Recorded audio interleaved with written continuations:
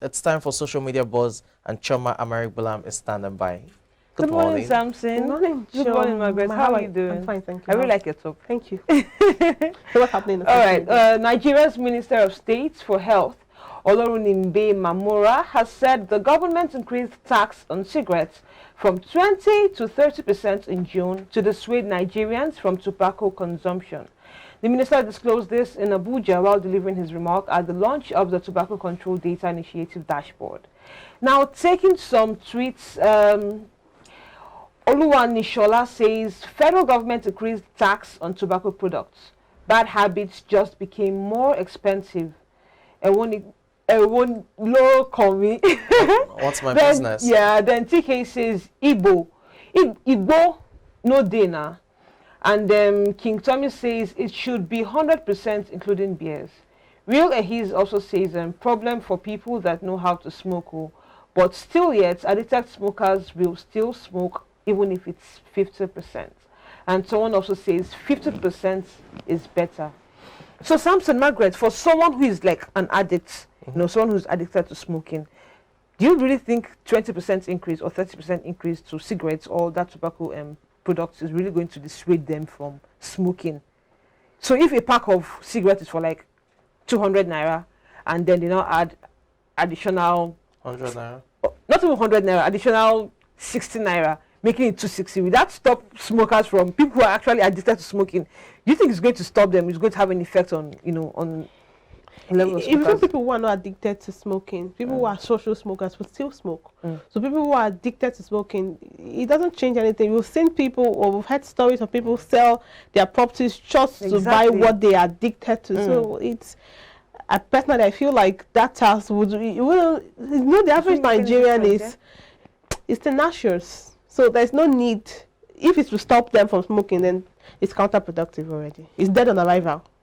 It's just another means for the federal government to generate income in terms of raising taxes, especially for commodities like this. When you talk about addiction, you should understand that people do go to insane extremes just to go after their desires, and that would mean, as Shea said, selling their properties. When you hear of cases, especially of those who are probably hung on drugs or alcohol, they go all the way to sell properties just to purchase these things. Sometimes they owe exorbitant, amount of money just to get these things. So, 100% or 50% tax increase, that won't change anything. I think it's all about, for those who are in the business of smoking, especially your chain smokers, it's all about getting their products what they desire. And there's also the health implication, but that won't stop people from smoking, really. So, what do you think the government can do if they really want to dissuade people from smoking?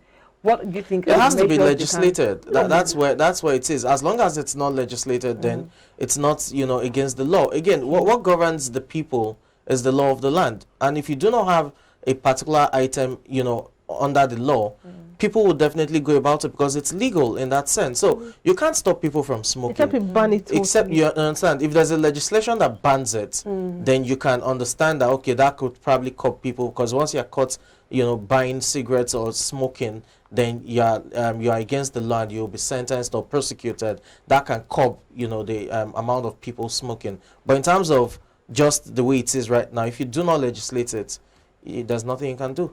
Okay. And now moving on, a lady shared her thoughts about an issue. In her post, she said, and I quote, "I totally understand homes where one person goes out to work and the other partner takes care of the home. But why will you have two adults with 9 to 5 jobs in a home and only one person is burdened with all the housework? I don't get it. I will never get it." End of quote. And taking some comments to that, Sammy J says, any family that both work 9 to 5 daily should naturally share chores. Because of a man's ego, you as the wife might not need to spell out his job, like it's your turn to wash or don't forget to get the trash. But a good man should know what to do to lessen his wife's burden. And engineer Obina says, a man is the ultimate provider and protector. A woman by default should nurture the home. If the man works from 9 to 5, then the woman should choose a job that enables, her to have long hours off to be able to take care of the home. And at Oluwa Lawrence says, A home is where both partners come together to build everything together. Anything aside that is a broken house. No love there. And finally, Sir Steve says, they don't get it. A lot of women, especially in this part of the world, Nigeria, that claims working class, I do a 9-to-5 job, etc., do not or sparingly contribute to the financial responsibility of the home, and yet want chores to be shared. All they do is keep and save their own money. So Samson and Margaret, what do you think about this? I'll take something to comment first. You go first. So I think I want to hear what you have to say first. Well, since you're throwing, the sleep at me, I'll take it. Quick one. Again, what works for A doesn't work for B. We need to understand that. I understand where people are coming from. The whole stereotypical notion of, oh, it's the man's, responsibility to provide for the home. It's the woman's responsibility to nurture the home in that sense. Again, I find some of these things colloquial in that sense. When you have a home, it's two people coming together to build the home. It's not the man's home. It's not the woman's home. It's their home. In other words, it's, our home in that sense. So I expect that the issues of responsibility and all of that shouldn't even be a big deal. The same way men would expect that once a while when they can meet up with certain financial obligations, the woman should fill in. The man should also fill in for house. It's not a big deal. Why should you limit it to, oh, it's a woman's job in the first place? I mean, we both work 9 to 5. We probably live in Lagos, for example, where we understand traffic congestion and all of that. We leave home probably 5 o'clock. We get home like 8, 9, and you're expecting someone to do the whole... No, come on. You would expect that both sides, or both parties should share responsibility of managing the home. Again, I get the place, like the first fellow that commented, talking about a man's ego and all of that, but someone who is kind-hearted, who is, rational, would understand that, oh, we've both been through the stress of the day, especially in a city like Lagos. It will be ridiculous for me to let you do all of the chores. So in whatever way I can step in, just step in. It's the same way a man would think, okay, maybe when I'm financially down, a woman should step in, for that short time. But it's just what it is. It takes two to tango. Let the two parties work hand in hand to, in quote, nurture and manage their home. It is their home. It is not the woman's home. It's not the man's home. Their home. Well, I think something has said it basically. That's why I wanted to hear your thoughts firstly, because, a lot of times when we talk about ego and it's my duty, it's not your duty, what I always say is if there is love in that home, having to wake up let me start from a woman's, because if I say some other things, you may say I'm being biased, but having to wake up and make a meal for your husband that comes back at 3 a.m. and genuinely was working and came back very late wouldn't be a problem. Genuinely, he had a long day and he couldn't make it to the house early, and he came at, for instance, 12, and you have to fix food for him. Waking up to do that, if there is love, would genuinely not be a problem for you, because knowing he's genuinely coming back because he had something to do. And also, if there is love, having to help your wife, not even help your wife, having to look after the baby when your wife is not feeling well, or having to cook for her when she comes back late, there's nothing like I'm a man there. It's toxic masculinity that make people say, I'm a man, I cannot wash my wife's clothes. I'm a woman, why would I bring money? This is your home. If it breaks, you go on the streets.